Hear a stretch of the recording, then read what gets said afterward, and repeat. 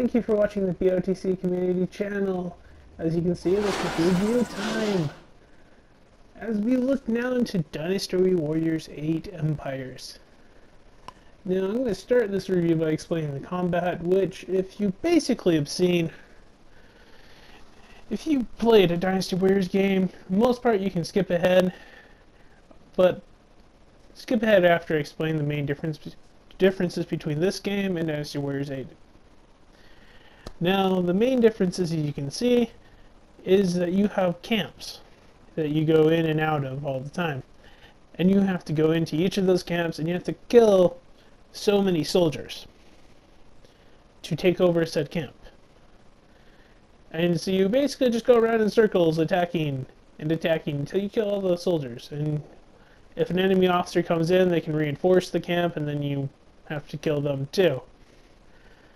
And you tend to want to kill all the officers because they're the ones who keep going to each of the camps to take them over. Now, you might say, why the flip do I want to take over a frickin' camp? It just sits there, doesn't do me any good. Well, here's the thing. In order to beat the game, you have to build a connecting line, which is shown on the map up there, to build a line from your base to your enemy's base with all blue bases, meaning you actually have to have all your bases connecting until they get to the enemy main camp.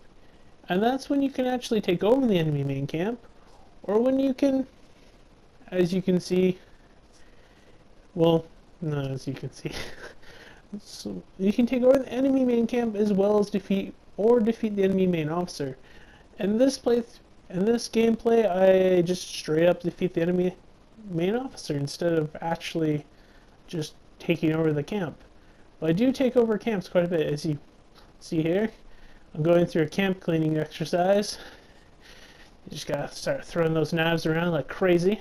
I do love throwing knives in this game because throwing knives, as you can see, has a nice penetration ability, so they're actually really good for crowd clearing.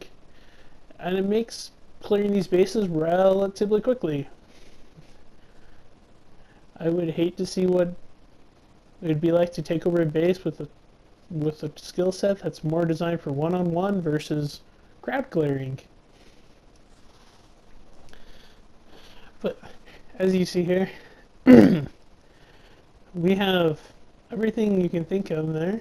You got all these different soldiers and different, like, you got base captains, which, to be honest with you, just attack them on sight. If you're gonna play this game, you see a base camp, you attack them on sight, unless they're blue. But let's see here. Okay, other than that, let's go back and just explain the combat status. You see here, that's the main difference between Empires and 8. Other than that, you just have a bunch of different soldiers. You fight through your objectives.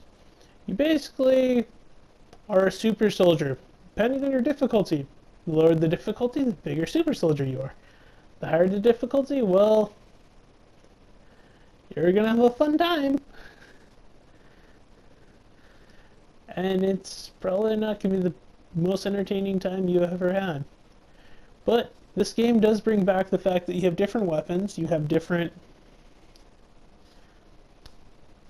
Let's see here, you have different weapons, you have different horses that you can ride, you have the option of getting like different animals still, hawks, polar bears. I think bears might be in there, at least polar bears are. So you have all those options still, so you don't have to worry about your options being removed or taken away. And as you can clearly see, you can still summon your horse, which I think is the most important thing in this game mode. So you can't summon your horse, that kind of sucks. But other than that, other than this combat you can see here, this combat goes into different things. As you see, this whole thing right here, this fight that I'm doing right now, is actually an invasion. We're trying to take over territory of another person. And you see, as soon as I defeated the... Yeah, I just snapped. But you see, as soon as I defeated the enemy main officer, the game's over, I won. I get the screen over whether or not I did well with bonus points. And because I was conquering said territory, I had the option of either trying to recruit enemy officers or kill them or release them.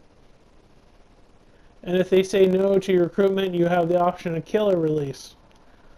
It's kind of nice. So if you don't like an officer and you want him on your side, but he decides to say no, you can say, screw you, you're dead. I am never going to face you again. You see here? Now this is Empire's mode right here from a ruler's perspective. You have all these different options you have. You look in the corners, you see I have different supply amounts, money, soldiers. I have different officers, like rulers I can talk to right here. I'm trying to communicate, and I'm using all these different I have all these different strategies right here to try to make an alliance to get someone to stop attacking to me. I think in reality, stop attacking me, but in reality at this time I was just trying to get the extra bonus points. Yeah, that was it. As you see, you look down, you see there's all these different officers and everything that rule under you. And I'll do tasks and everything depending on what you call important, what you don't call important. But you still have all these different options you have while playing this game as Empires. And this is the main difference between Empires and normal 8, is you have all these options to do. And you can just do whatever you want each month. And that's kind of a nicer freedom to do. All these different options that you can see clearly, and it's pretty nice to have.